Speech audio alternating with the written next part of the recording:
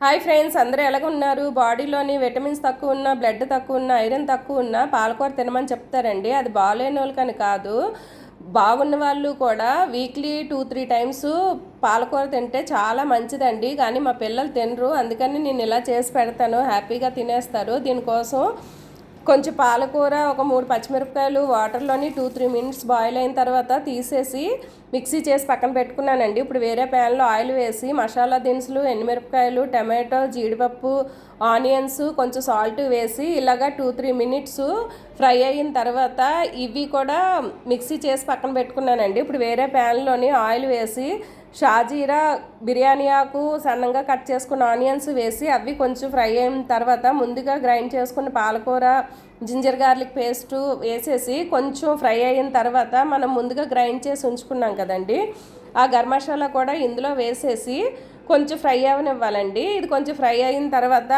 ఇందులోనే కొంచెం కారము, జీరా ధనియా పౌడరు, గరం మసాలా, కొత్తిమీర వేసేసి కొంచెం వేపుకున్న తర్వాత ఇందులోనే గ్లాస్ వాటర్ వేసి కొంచెం బాగా ఉడకనివ్వాలండి. ఇది ఉడికినప్పుడు మనం ముందుగా కట్ చేసి ఉంచుకున్న పన్నీరు కూడా ఇందులో వేసేయాలండి. ఇంకంతే, ఒక్క 2 మినిట్స్లోని మనకి రెడీ అయిపోతుందండి. ఇంకా ఫైనల్గా నేనైతే బటర్ వేసాను. మీ దగ్గర కానీ క్రీమ్ ఉంటే వేసుకోండి, ఇంకా టేస్ట్గా ఉంటుంది.